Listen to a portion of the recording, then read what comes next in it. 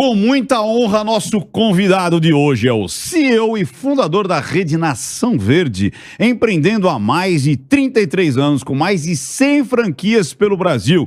Seja muito bem-vindo, Ricardo Cruz! Fala, galera!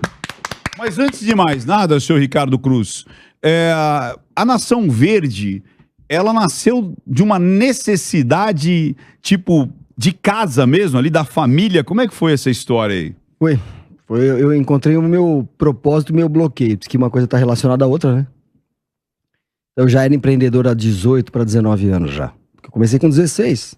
Com 21 anos de idade eu tinha 22 funcionários. Tinha mais funcionário que ano, né, de vida. E aí era um cara solteiro e bem sucedido. E aí minha mãe fica doente. Você era feliz, né? Solteiro e bem sucedido. Isso é bom, hein?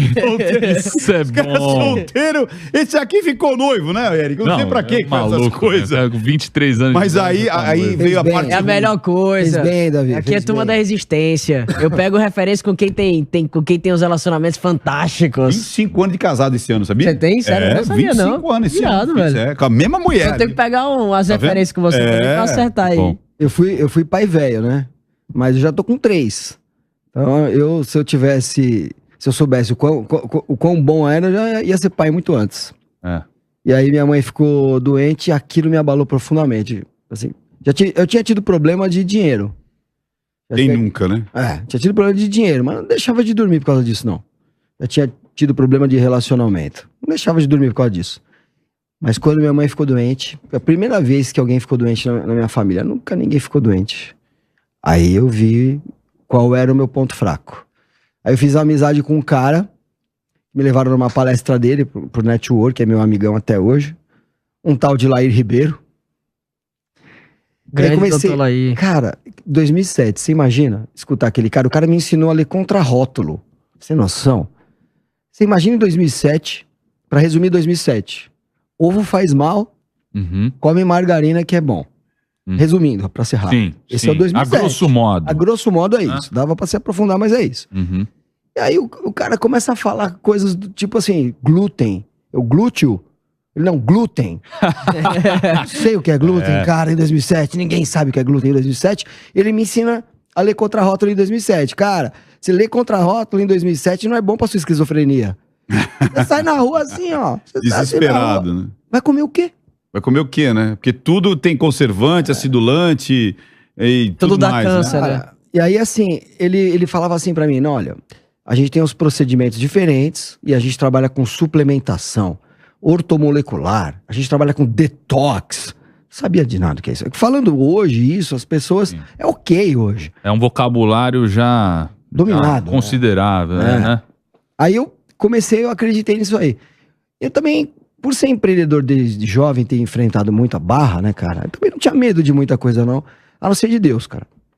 Eu sou cagão pra Deus. Eu sou cagão. Eu sou aqueles que quando fala promessa, cumpre. Sabe quando você fala promessa pra Deus? Eu cumpro. Eu acho realmente que Deus vai me castigar. Você crê Deus em do Deus? Velho Testamento. Creio muito. Eu tenho uma fé racional em Deus, inclusive. Deus de Abraão? Bacana. Deus de Abraão. Eu creio em Deus, né? E fiz uma promessa que se minha mãe ficasse boa com aquelas coisas todas lá, eu ia fabricar aquele produto um dos produtos que ele trazia dos Estados Unidos, porque ele não deixava comprar nada no Brasil.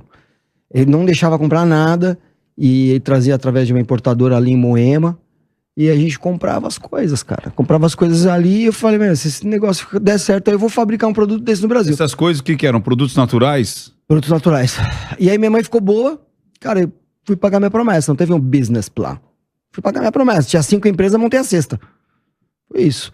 Aí deu certo, a gente dava as palestras à noite replicando o que ele ensinou. E o doutor Eduardo Gomes de Azevedo ensinou. A gente só treinava quem? Os médicos e os nutricionistas. Por quê? Porque eles não sabiam. Aliás, a maioria não sabe até hoje. Não sabe curar a pessoa. Sabe curar a doença. E isso foi se aprofundando e piorando ao longo do tempo. E aí, o que eu fiz? Cara, comecei a dar essas palestras à noite. Trazia médicos que já eram da área para ensinar outros médicos e nutricionistas. Eu ficava falando assim, isso aqui dá para ganhar dinheiro com isso aí. As pessoas vinham, me pagavam, falavam obrigado, passava o cartão. Eu vendia moto, filho, as pessoas morriam. Você entendeu? Não era assim. E aquilo foi um impacto muito grande. Eu gostei daquilo lá. Falei, cara, vou tocar isso aí em frente. Aí veio o assalto, né? Passou uns 4 meses assim, veio o assalto. Eu tive 3 grandes assaltos lá, arma armada, né? Nesse terceiro assalto, mesmo sem reagir, eu tomei um tiro e quase faleci. Quando eu voltei do hospital, em um ano eu vendi tudo e comecei um negócio que não tinha nome. Aí não tinha nome, uma madrugada lá de 2010, 2011, nós botamos de Nação Verde. Tava começando um negócio chamado Facebook, tava tudo liberado, a gente registrou e falou, vai se chamar Nação Verde, é uma empresa de sustentabilidade. Por que não era produtos naturais? Porque não tinha esse ramo. Não tinha isso, essa consciência, produtos naturais. Encapsulado. Não tinha isso em 2010, 2009, 2010. Não tinha um lugar no mercado pra ser a vitrine, Não né? teve um benchmark, não teve um estudo.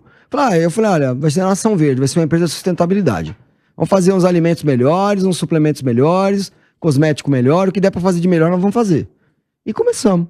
Aí foi dando certo, escrevi meu livro chamado Método UAU, transformei aquilo numa franquia.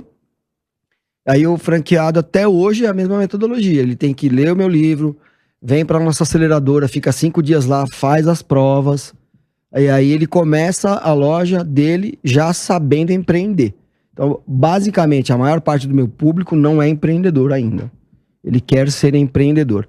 E aí a gente tem um preparo lá para transformar esse cara em empreendedor, que é um cara à parte, né? Então, eu não sou empreendedor de palco, não fui formado na vida, né? Então, eu percebi, né, com todo a explosão das mídias sociais, que o empreendedorismo de pelúcia, né, o empreendedorismo de palco, ele traz, assim, aquelas Frases de efeito. Cara, traz. Antes do fenômeno das mídias sociais, pra vocês terem uma noção, eu cheguei na casa da minha mãe, e aí eu tinha visto na TV que as pessoas estavam colocando garrafa PET de 2 litros em cima dos relógios de luz, né? Vai economizar. Ó lá. Vai economizar. Pra economizar luz. Pus muita garrafa PET em cima do relógio. Pus umas 5 assim, ó. Clássico, né? Olha só, eu cheguei na casa da minha mãe e vi as garrafas PET em cima do relógio de luz. Quer dizer, ninguém sabe por que fez aquilo. As pessoas também não sabem por que estão imitando, só vão fazendo. Isso aí. Né? E a mesmíssima coisa acontece hoje nas mídias sociais. A mesmíssima coisa. Por exemplo, empreenda com o que você ama. Esse é um exemplo. É a garrafa PET em cima do relógio de luz. Empreenda com o que você ama. Vai odiar o seu trabalho e o seu hobby, vai odiar os dois. Empreenda com o que você ama é uma das maiores bobagens, por exemplo, do empreendedorismo de pelúcia. Mas por que, cara? Você acha que você tem que empreender com o quê, afinal, então? Cara, com um propósito, um bloqueio, algo que você quer resolver no mundo, algo que te incomoda, que fez uma cicatriz em você, que te machucou. Aí você, por exemplo, pode ser uma das vertentes, mas, por exemplo, você quer ver só essa aqui? Olha só. Isso que aconteceu com a minha mãe, não vai acontecer mais com a mãe dos outros. Que eu não vou deixar. Pronto. Tá aí, ó. Aí você pega algo pra você fazer que às vezes tá distante de você. Cara, quantos filhos você tem, Ri? Eu não tenho. Quantos filhos você tem, Davi? 0. Quantos filhos Também você tem? não tenho filho. Se você fizer Você já teve filho por nós 3. Já tive um pra cada. Se você fizer uma pergunta aqui pras pessoas que têm 2, 3 filhos, vou perguntar pra você que tá assistindo a gente aqui, ó. Vende um filho seu pra mim? Eita. Eu fiz essa pergunta ao vivo no meu podcast pra uma pessoa que tem 3 filhos e tava precisando de grana. Eu falei, eu te dou R$1 milhão por um dos seus filhos. Falou, não, mas eu não vendo. Mas você tem 3, me vende um. Não, mas eu não vendo. Você pode aumentar o valor que for que a pessoa não vai vender. Sabe qual que é a lição? Você tem dificuldade de vender tudo aquilo que você ama. Você não vai recrutar a ideia de que você é ruim quando você sabe que ama alguma coisa. Você não vai recrutar a ideia que precisa melhorar quando você ama alguma coisa. Sabe por quê? Porque quando você está fazendo alguma coisa de coração, quando você ama alguma coisa, por que você acharia que faz mal feito aquilo que você ama? Quando que você vai achar que educa mal o seu próprio filho? Você não vai. E é por isso que as empresas com propósito têm dores iguais ou até maiores do que as empresas que foram, né, feitas por uma planilha de Excel. Não é mais fácil ter uma empresa com propósito. É até mais difícil. Porque você tem que se desvencilhar das coisas. Às vezes você se torna um péssimo vendedor, um péssimo comercial. Simplesmente porque ama o que faz. E as pessoas não falam sobre isso. Saquei. E o empresário que tá assistindo a gente, que hoje ele se vê olhando pro lado e pro outro, sem ter sentido no que ele tá fazendo, Às vezes ele tem um comércio de bairro, ele não é nem um pouco apaixonado por aquilo, não tem nada da história dele ali dentro, ele tá empreendendo somente por necessidade. O que é que você diz pra esse cara, pra que ele se apaixone, talvez, pelo negócio dele, ou você diz pra que ele busque alguma coisa ao qual ele é mais apaixonado? Puta, boa pergunta, né? Cara, é possível a gente fazer coisas incríveis, seja com a coxinha ou com o hot dog. É possível a gente fazer coisas maravilhosas. Basta você ter uma conexão maior com quem você está servindo. Então a liderança é para empreender, ser empresário é para quem quer ser líder, cara. E liderança é servir. Você tem que mudar muitas vezes o seu conceito de vida, cara. Não está relacionado às vezes ao seu produto, está relacionado à sua postura de vida. Empreender é para líderes. Você precisa buscar na sua raiz. Por que você começou a fazer isso? Você era funcionário de uma empresa, seu patrão chegou com um carro novo e você achou que aquilo dava dinheiro e aí você foi empreender com aquilo. Na realidade, boa parte da motivação das empresas que começam por causa de inveja. Como buscar propósito quando a coisa já começou com esse tipo de semente? Então, essa é a pergunta que eu quero te fazer. Como é que faz pra buscar corrigir ou colocar da maneira correta, como você tá pondo, o cara começou a empreender pela grana, por exemplo, somente olhando em termos financeiros, porque senão não teria, como você falou, não teria nem grana pra pagar as contas. E hoje o negócio dele é somente uma vaca leiteira pra que ele extraia grana daquele negócio. O que é que esse cara tem que olhar hoje no negócio dele? É tipo... Eu tenho dessa dúvida também, porque vários empresários me perguntam disso constantemente e às vezes eu fico sem resposta pra dar. Sem buscar dentro de você a real motivação e aquilo que você sente por aquilo que a sua prestação de serviço ocorre, mudar o olhar da coisa, seja para um produto ou para uma prestação de serviço, é o único caminho. Não tem outro caminho. O seu cliente, qual que é a transformação que ocorre na vida dele quando você fez aquilo que você fez? Seja uma prestação de serviço ou seja um produto físico, não é? Então, se você vende brigadeiro, cara, por que você vende aquele brigadeiro? Qual que é a emoção que aquele produto vai gerar para essa pessoa? Você precisa disso para fazer sua comunicação. Se você não consegue estabelecer um vínculo ali com aquelas pessoas, se você não consegue estabelecer um vínculo emocional da vida com aquelas pessoas, é difícil até fazer a comunicação. Porque a sua comunicação ela vai estar só na base do benefício daquele produto, no limite. Se você não estabelecer uma conexão ali emocional, não tem o que ser feito, cara. Por que as pessoas vão comprar de você e não vão comprar do outro? Tá baseado mais na história que você conta, do porquê você faz o que você faz. Tem um livro famoso, né, que começa pelo porquê. Eu acho que tinha que ter um outro livro, começa pelo pra quê, cara. Pra que você faz o que você faz? Não, o que você faz? Eu vendo brigadeiro, cara. Cara. Você não acha que pode ser estágio, assim, do mesmo jeito que você tem Tive um insight interessante aqui, você vai gostar dele. Já ouviu falar em escala de Maslow? Uhum. Eu acho que na empresa existe escala de Maslow também. Com certeza. Eu acho que você, dependendo de... Você já tinha 5 empresas. Sim. E lançou a sexta. Então, talvez, você dentro da escala de Maslow, que começa, primeiro você precisa... Necessidade básica, depois pertencimento, depois unicidade. Aí o propósito tá lá em cima na pirâmide.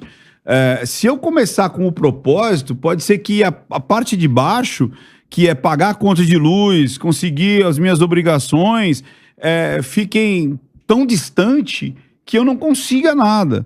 Então eu acho que a gente tem que dar essa ponderada, né? Então, dependendo do estágio que você tá, você fala, ok, isso aqui eu vou salvar o mundo, isso aqui foi uma dor. Mas às vezes o empreendedor, ele vai para o mundo do empreendedorismo, cara, total necessidade de comer, eu preciso comer.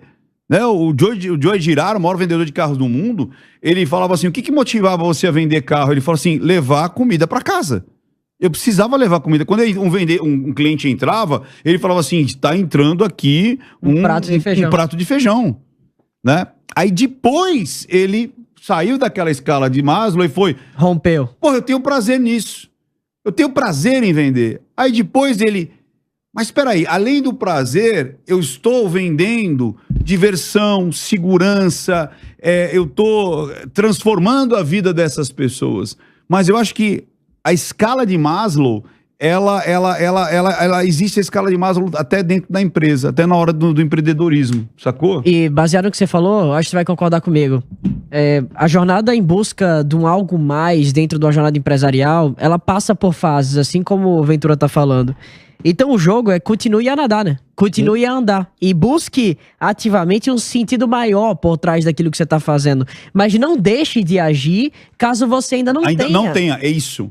É isso. Famosa perseverança. Então mesmo que eu não tenha ainda o porquê que eu tô vendendo brigadeiro, mas Venda pela grana. Mas venda. E vá buscando algo maior. É. Legal. Gente. Eu tenho uma palavra. Autoconhecimento.